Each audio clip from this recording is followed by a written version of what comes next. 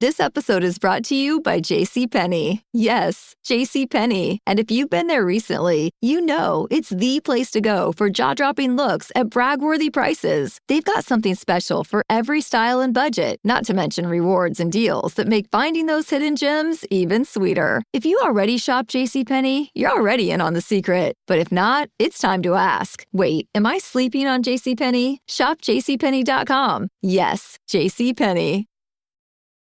This episode is brought to you by LifeLock. Between two-factor authentication, strong passwords, and a VPN, you try to be in control of how your info is protected. But many other places also have it, and they might not be as careful. That's why LifeLock monitors hundreds of millions of data points a second for threats. If your identity is stolen, they'll fix it, guaranteed, or your money back. Save up to 40% your first year. Visit lifelock.com/podcast for 40% off. Terms apply. This is Optimal Health Daily. Chocolate, a boost for brain health? By Dr. Jenny Brockis of drjennybrockis.com. And I'm Dr. Neil, your very own personal narrator. Hey there, happy Saturday and welcome back to another weekend edition of Optimal Health Daily. This is where I read to you from some of the best health and fitness blogs on the web, and always with a bit of my commentary at the end. Now, I'm sure you're excited to hear all about the health benefits of chocolate, so let's keep this intro nice and short, and let's get right to today's post as we optimize your life. Chocolate, a boost for brain health? By Dr. Jenny Brockis of drjennybrockis.com. Chocolate, my favorite brain food. Chocolate. I really enjoy eating good chocolate as a treat. How boring would life be without being able to savor and enjoy some really good quality chocolate from time to time? And it would appear I'm not alone. Australia as a nation ranks 9th in the world consumption of chocolate, with each of us eating around 6 kilograms each year. Now don't feel guilty. The Swiss eat 10 kilograms per person each year. So, having consumed those, say, 30,500 calories, 1,750 grams of fat, 1,270 grams of cholesterol, 4,950 grams of sodium, 3,550 grams of carbs, and 540 grams of protein, do we need to be concerned with our health as a result? Does chocolate contribute to disease?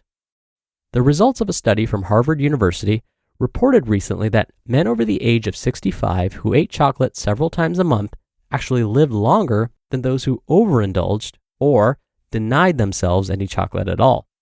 So that would appear to indicate that abstinence is worse than enjoying some chocolate occasionally.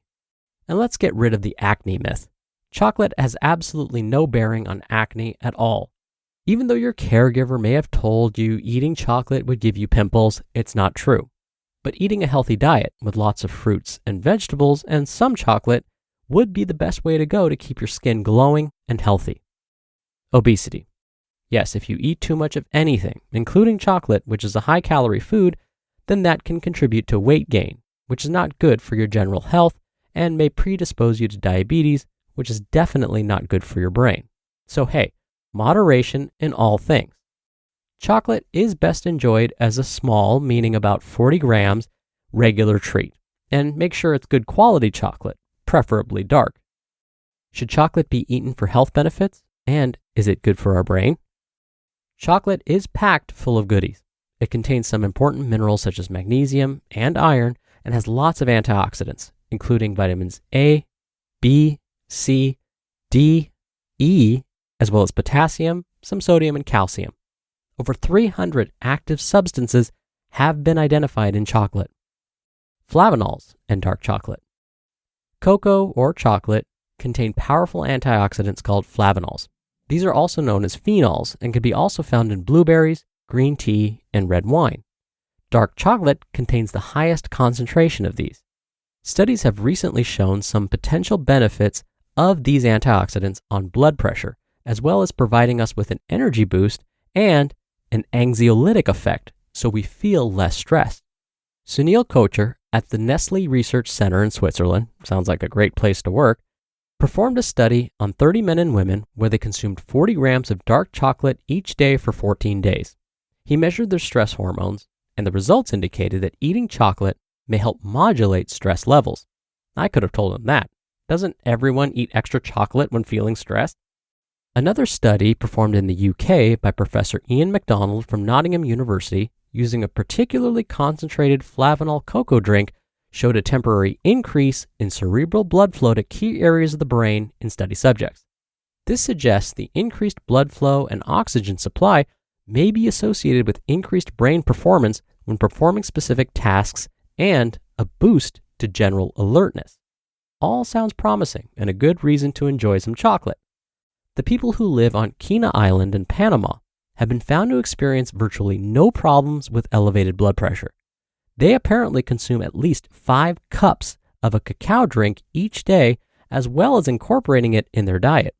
It's also been found that if the inhabitants move and end up living elsewhere, they lose the protective effect on their blood pressure, since they often stop drinking and eating that amount of cacao. It appears there is a substance in cacao which helps the body to process nitric oxide, which is essential for healthy blood vessels and regulating blood pressure. Why chocolate makes us feel good. Chocolate contains other bioactive compounds, including caffeine, theobromine, and phenylethylamine, which are associated with stimulating neurotransmitter production and keeping us alert. Chocolate also contains tryptophan, which helps to elevate serotonin levels so we feel good and less anxious. And dopamine, meaning bliss in Sanskrit, is a neurotransmitter that the brain produces naturally, but is also found in chocolate. This works on the brain receptors associated with dopamine release, which is associated with a feeling of well-being. So, what's the verdict on chocolate as a brain food? It appears that there are some suggested health benefits of eating chocolate. As with all things, just because having some is good for you doesn't mean having lots is better.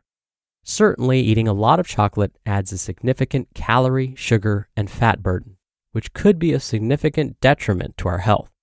The evidence appears to support that eating a small amount, or around 40 grams of good quality dark chocolate several times a month, may be good for our hearts and brains. So now, we don't have to feel guilty about indulging in and enjoying some chocolate. Oh, and if anyone is wondering, my particular favorite chocolates are the 70% cacao ones with chili or orange. Yum.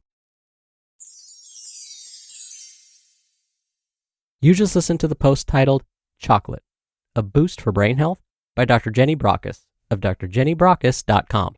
And I'll be right back with my commentary.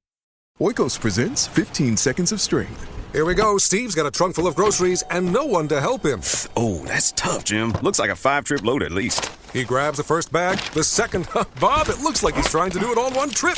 He shimmies the door open, steps over the dog, and he stumbles. Oh, right into the kitchen without missing a beat. Jim, now that's a man who eats his protein-packed Oikos. With 15 grams of complete protein in each cup, Oikos 000 can help build strength for every day. Oikos, stronger makes everything better. You just realized your business needed to hire someone yesterday. How can you find amazing candidates fast? Easy. Just use Indeed. Stop struggling to get your job posts seen on other job sites. Indeed's Sponsored Jobs helps you stand out and hire fast. With Sponsored Jobs, your post jumps to the top of the page for your relevant candidates, so you can reach the people you want faster. When I've hired in the past, the process was slow and overwhelming. I wish I had used Indeed. There's no need to wait any longer. Speed up your hiring right now with Indeed. And listeners of this show will get a $75 sponsored job credit to get your jobs more visibility at Indeed.com/health. Just go to Indeed.com/health right now and support our show by saying you heard about Indeed on this podcast. Indeed.com/health. Terms and conditions apply. Hiring? Indeed is all you need. Dr. Neal here for my commentary. I should mention that we spend a lot of time talking about the benefits of dark chocolate. Most forms of lighter chocolate contain less cacao. Cacao are actually the seeds of the cacao tree, but we often refer to them as cacao beans. Either way, these cacao beans contain those beneficial compounds that Dr. Brockis mentioned in today's post. Now, the lighter in color the chocolate, the higher the chances that there's less cacao or fewer cocoa beans were used to make the product. Instead, sugar and fat were probably added to make up that difference. In fact, white chocolate isn't usually made with any cacao at all. That's why we don't mention white chocolate when we talk about the health benefits of consuming chocolate. Instead, the darker the chocolate, the higher the cacao concentration.